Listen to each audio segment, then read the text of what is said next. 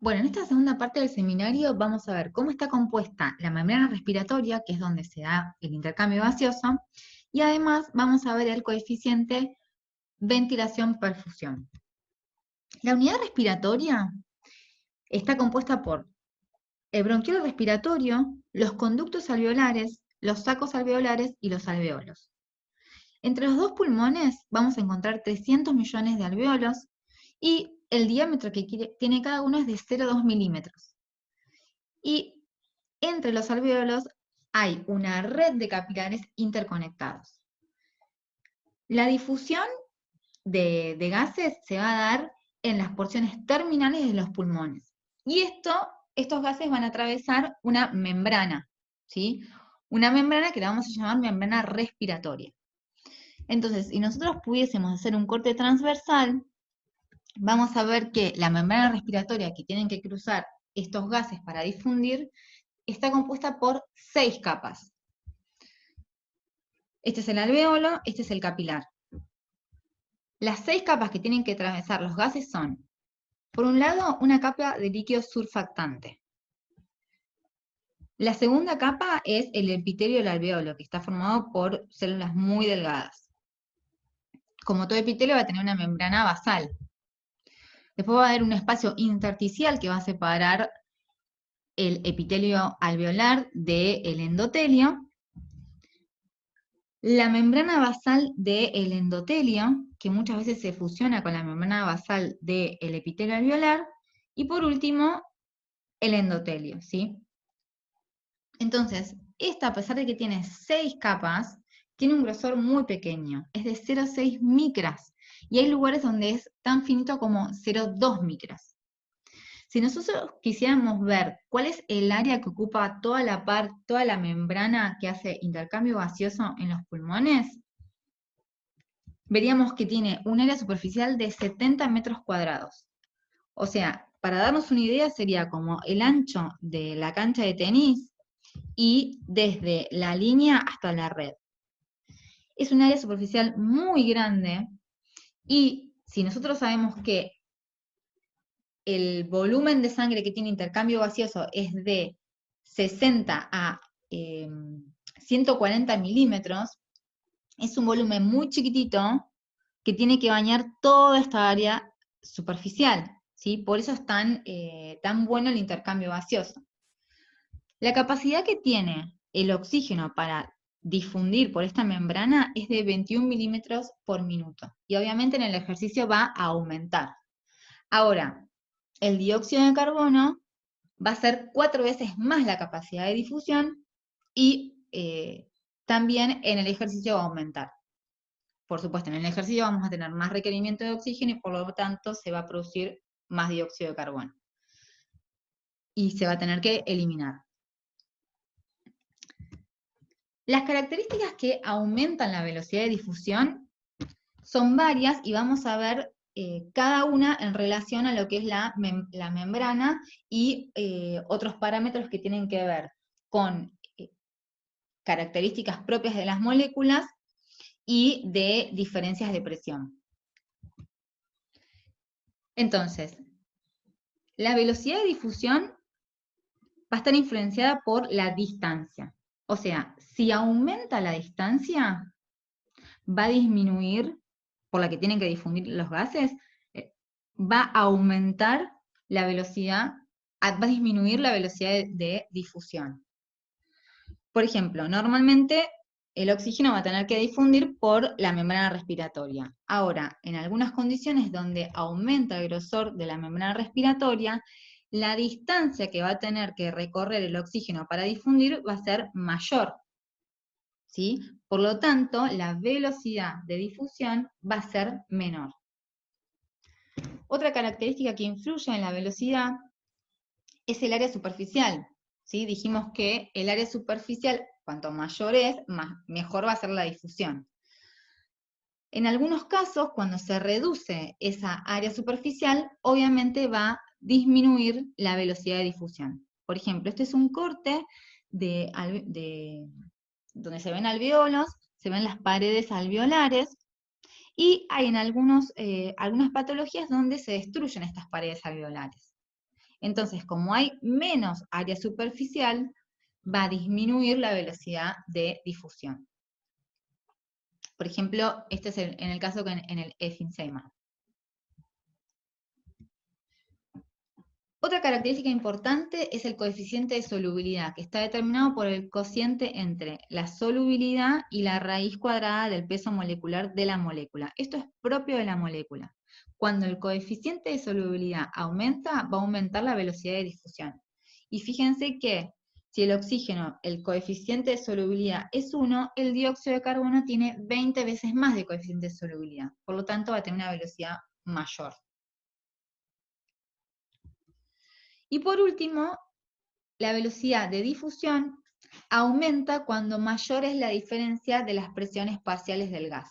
¿Sí? Cuanto mayor sea esa diferencia, mayor va a ser la velocidad. Entonces, esas son todas las características, todos los parámetros que me van a modificar la velocidad de difusión a través de la membrana.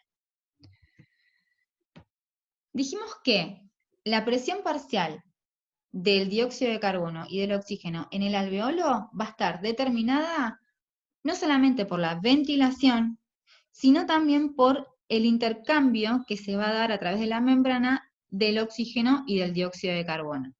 Normalmente las presiones parciales del dióxido de carbono son de 40 milímetros de mercurio y del oxígeno de 104 milímetros de mercurio. Cuando la ventilación y el flujo sanguíneo está equilibrado, el coeficiente de la ventilación y de la perfusión va a estar cercano a 1. ¿sí? Y este coeficiente lo que nos va a decir es cuán eficiente va a ser el intercambio gaseoso. Cuando la ventilación y la perfusión están relativamente equilibradas, va a haber un buen intercambio gaseoso y por lo tanto las presiones parciales se van a mantener en estos valores. En la normalidad es cercano a 1, es más o menos 0,8. Ahora, hay algunas alteraciones de este cociente que me va a afectar, por lo tanto, el intercambio gaseoso.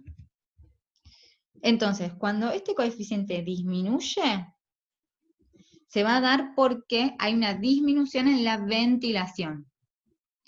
Y este coeficiente puede disminuir hasta un extremo de 0. Y acá va a ser que la ventilación es 0. Esta condición es el shunt alveolar o cortocircuito, que ahora lo vamos a explicar. Y también puede pasar que el coeficiente aumente, y esto se da porque disminuye la perfusión. Cuando la perfusión es 0, el coeficiente va a ser infinito. Cualquier valor de ventilación dividido 0 nos va a dar infinito. Y este estado es el espacio muerto alveolar.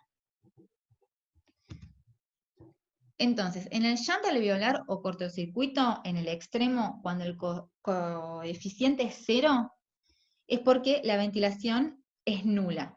Y se produce por una obstrucción completa.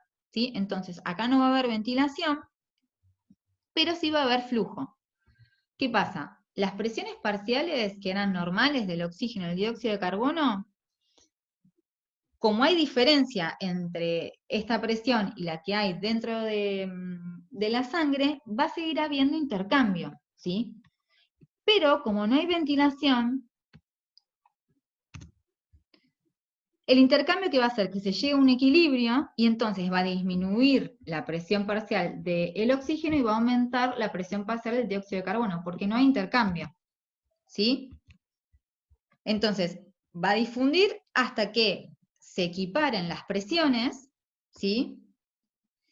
Y por lo tanto, esta sangre no va a estar oxigenada. Va a pasar sangre que está desoxigenada a lo que es la circulación arterial. ¿Sí? Es decir, cuando hay una obstrucción, hay intercambio gaseoso. Este intercambio gaseoso es hasta que se equiparan las presiones, que van a terminar siendo las presiones parciales de la sangre venosa, y parte de la sangre esta, que es desoxigenada, va a pasar a la circulación arterial. Es la sangre derivada. Esto es el shunt alveolar, o cortocircuito fisiológico. Ahora, en el otro extremo, que es el espacio muerto fisiológico, dijimos que lo que no hay es flujo sanguíneo. Cualquier valor de la ventilación que haya, si el flujo sanguíneo es 0, el cociente va a ser infinito. Y esto puede ser por un trombo, por ejemplo, que haga que no haya flujo sanguíneo. Entonces, va a haber ventilación, pero no hay intercambio gaseoso, porque no hay flujo sanguíneo. ¿Qué pasa? La presión parcial del oxígeno va a aumentar y va a llegar a equipararse con la presión parcial de lo que es el aire humidificado. Y obviamente el dióxido de carbono va a disminuir, ¿sí? Porque es casi cero en el aire humidificado, ¿sí? Se va a equiparar las presiones con lo que es el aire humidificado. Como no hay circulación, lo único que ocurre es eso, ¿sí? Y esto es un espacio muerto fisiológico, o sea, no hay intercambio gaseoso. ¿Por qué se le dice espacio muerto fisiológico? Si se acuerdan, el espacio muerto anatómico era ese aire que estaba en las vías aéreas que no tenía intercambio gaseoso. Ahora, si ocurre un caso donde el flujo no se produce, ¿sí? O sea, no hay intercambio gaseoso entre los alveolos y la sangre, este aire también se va a contabilizar como un espacio muerto, pero va a ser el espacio muerto alveolar. Entonces vamos a tener el espacio muerto de las vías aéreas, el anatómico, y el espacio muerto alveolar. La suma de estos dos espacios de aire me va a dar el espacio muerto fisiológico. Por eso se lo llama así. Cuando el flujo disminuye tanto, se dice que es un espacio muerto fisiológico. Muchas veces, como es muy pequeña la cantidad de alveolos que no tienen el intercambio gaseoso, por lo general son bastante parecidos el espacio muerto fisiológico y el espacio muerto anatómico. Pero en situaciones patológicas eso puede ser muy grande y entonces el espacio muerto fisiológico es mucho más grande que el espacio muerto anatómico. Este gráfico nos muestra las presiones parciales del dióxido de carbono y del oxígeno en relación a los diferentes coeficientes de ventilación y perfusión. Fíjense que un coeficiente de ventilación-perfusión normal, donde hay buena ventilación y buen flujo, va a mantener las presiones parciales del dióxido de carbono y del oxígeno en el alveolo normal, que es de 104 y de 40. Ahora, cuando este coeficiente aumenta, fíjense cómo disminuye la presión parcial del dióxido de carbono, ¿sí? Y aumenta la presión parcial del oxígeno, hasta un valor que es el valor de 149, que es el del aire humidificado, ¿sí? ¿Por qué? Porque hay ventilación, pero no hay flujo. Ahora, en el otro extremo, cuando va disminuyendo el coeficiente, vamos a ver que la presión parcial del dióxido de carbono va a ser 45 y la del oxígeno va a ser 40, que van a ser las presiones parciales que se encuentran en la sangre desoxigenada, ¿sí? Y esto es porque hay una obstrucción o está disminuyendo la ventilación. Esto es un resumen, ¿sí? En el llanto alveolar vamos a tener una obstrucción en la ventilación, ¿sí? Y en los extremos este coeficiente va a ser 0. Bueno, esto sería normal, donde hay una buena ventilación y perfusión. Y en el otro extremo, donde el coeficiente sería infinito, vamos a ver que no hay perfusión, ¿sí? Y es el espacio muerto, fisiológico. Vamos a ver que en las personas que son fumadoras de muchos, muchos años, lo que ocurre es que hay una obstrucción en los bronquios, con lo cual va a haber una acumulación de aire, produciéndose un enfisema.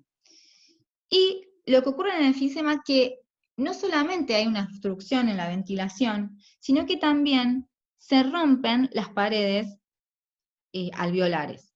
Por lo tanto, va a haber problemas de ventilación y también va a haber problemas de perfusión. O sea, vamos a tener zonas que hay cortocircuito fisiológico y zonas donde va a haber espacio muerto fisiológico.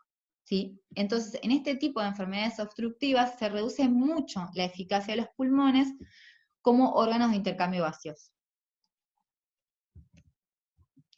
Y por último, normalmente hay porciones de los pulmones que tienen un poco alterado ese coeficiente. En la parte superior del pulmón, o sea, en los vértices, por lo general la ventilación y la perfusión es menor que en las bases. Pero se observa que en relación a la ventilación, la perfusión es menor. Por lo tanto, este coeficiente va a ser 2,5 veces mayor al del normal. ¿Sí? Y vemos que en las bases lo que ocurre es que la perfusión es mayor que la ventilación. Por lo tanto, este coeficiente va a ser menor al normal. Por lo tanto, vamos a tener lugares que va a haber llanta alveolar y otros lugares, como es los vértices, va a haber espacio muerto fisiológico. Esta variación es muy bajita, entonces al intercambio general no afecta, al intercambio gaseoso general no afecta. Y en los vértices, cuando hay un aumento en la actividad física, aumenta el flujo, por lo tanto se equipara esta alteración. Bueno, espero que los haya ayudado en el seminario y ya saben, cualquier cosa me pueden escribir por cualquier duda que tengan. Muchísimas gracias.